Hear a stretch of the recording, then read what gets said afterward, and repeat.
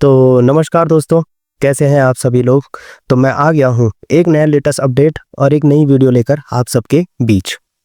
तो दोस्तों, भारत और चीन के बीच सीमा विवाद एशिया की सबसे जटिल भू राजनीतिक समस्याओं में से एक है और इसी विवाद को हल करने की दिशा में हाल ही में जो नई पहल हुई है वह वैश्विक स्तर पर भी ध्यान आकर्षित कर रही है, क्योंकि दोनों देशों ने 24वें विशेष प्रतिनिधि स्तर की वार्ता में इस बात पर सहमति जताई है कि सीमा निर्धारण यानी बाउंड्री डेलिमिटेशन के प्रश्न का एक शीघ्र समाधान खोजा जाएगा और इसके लिए एक एक्सपर्ट ग्रुप का गठन किया जाएगा जो कम विवादित इलाकों में पहले सीमांकन की प्रक्रिया को आगे बढ़ाएगा ताकि विश्वास बहाली का माहौल बने।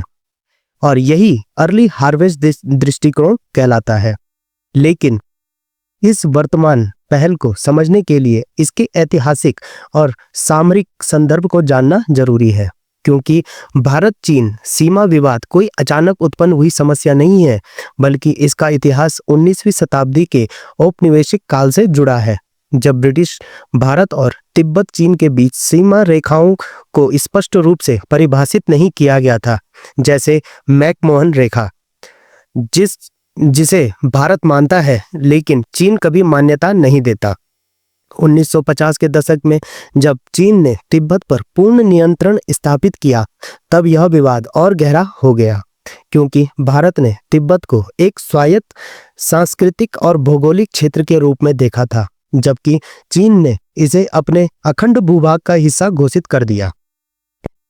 इसके बाद 1962 का भारत चीन युद्ध हुआ, जिसमें चीन ने भारत के खिलाफ आक्रामक कार्रवाई कर पूर्वोत्तर के बड़े हिस्से पर कब्जा कर लिया और अरुणाचल प्रदेश के तवांग क्षेत्र तक पहुंच गया। हालांकि बाद में वह पीछे हट गया। इस युद्ध ने दोनों देशों के बीच गहरे अविश्वास की नींव डाल दी, जिसका असर आज भी देखने को मिलता है।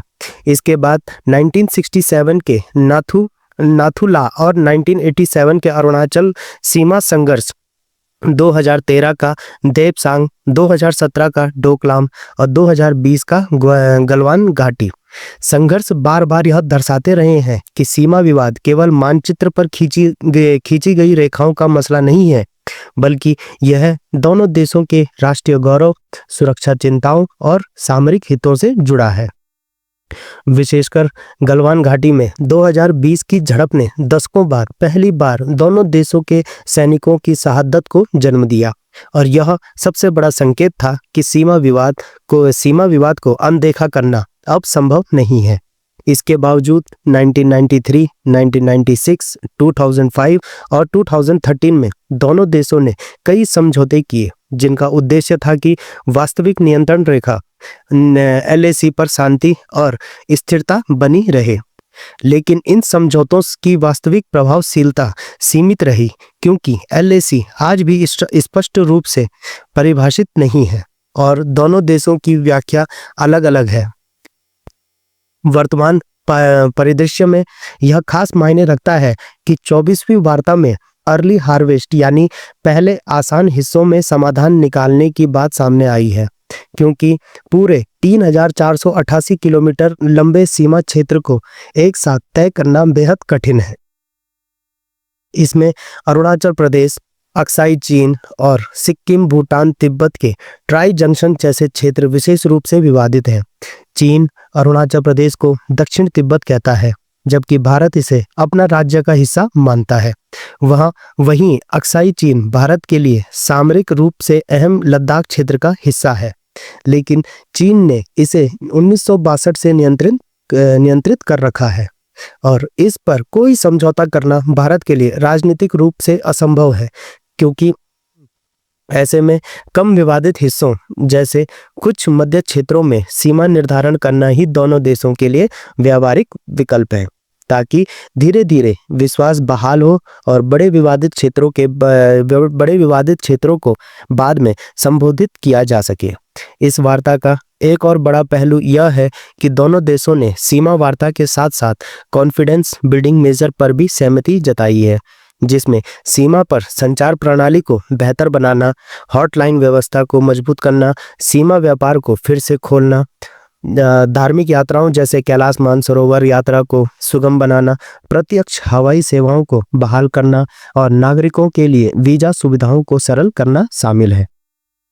यह कदम केवल सैन्य तनाव घटाने तक सीमित नहीं है, बल्कि इनका उद्देश्य दोनों देशों की जनता के बीच संपर्क बढ़ाना और रिश्तों को बहुआयामी बनाना भी है।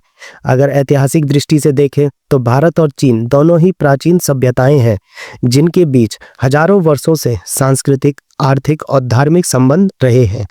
जैसे बौद्ध धर्म के जरिए भारत से चीन तक सांस्कृतिक विस्तार, सिल्क रूट के जरिए व्यापार और ज्ञान का आदान प्रदान, लेकिन आधुनिक दौर में विशेषकर 20वीं शताब्दी के उत्तरार्ध से दोनों देशों के संबंध उतार चढ़ाव भरे हुए हैं।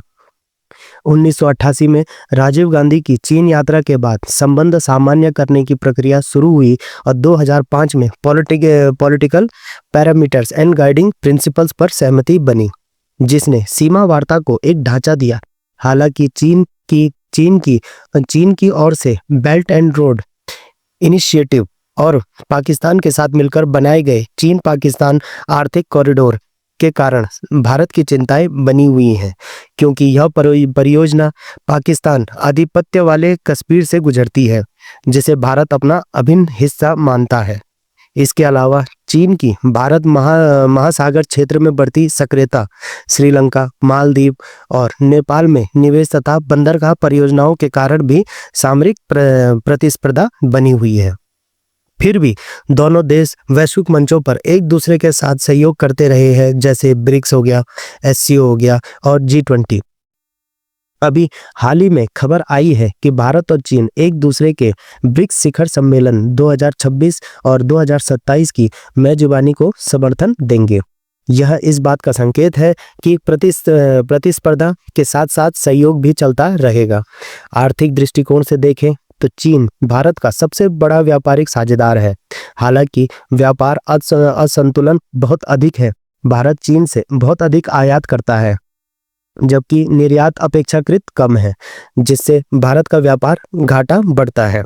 लेकिन फिर भी भारतीय उद्योगों के लिए चीनी उपकरण और तकनीकी महत्वपूर्ण है और चीन के लिए भारतीय बाजार अत्यंत बड़ा और आकर्षक है। ऐसे में सीमा विवाद सुलझने से न केवल दोनों देशों की सुरक्षा चिंताएं कम होंगी, बल्कि आर्थिक सहयोग भी और गहरा हो सकेगा। जहां तक अंतर्राष्ट्रीय भू राजनीति की बात है, तो अमेरिका और पश्चिम देशों के साथ चीन के बढ़ते टकराव तथा रूस चीन की करीबी ने भारत के लिए कूटनीतिक संतुलन बनाए रखना और अधिक जटिल बना दिया है। हाल ही में ट्रंप प्रशासन की नई नीतियों के कारण वैश्विक स्तर पर उथल-पुथल मची है और ऐसे समय में भारत और चीन के बीच सीमा विवाद को बातचीत से हल करने की कोशिश एशिया में स्थिरता का संदेश देती है।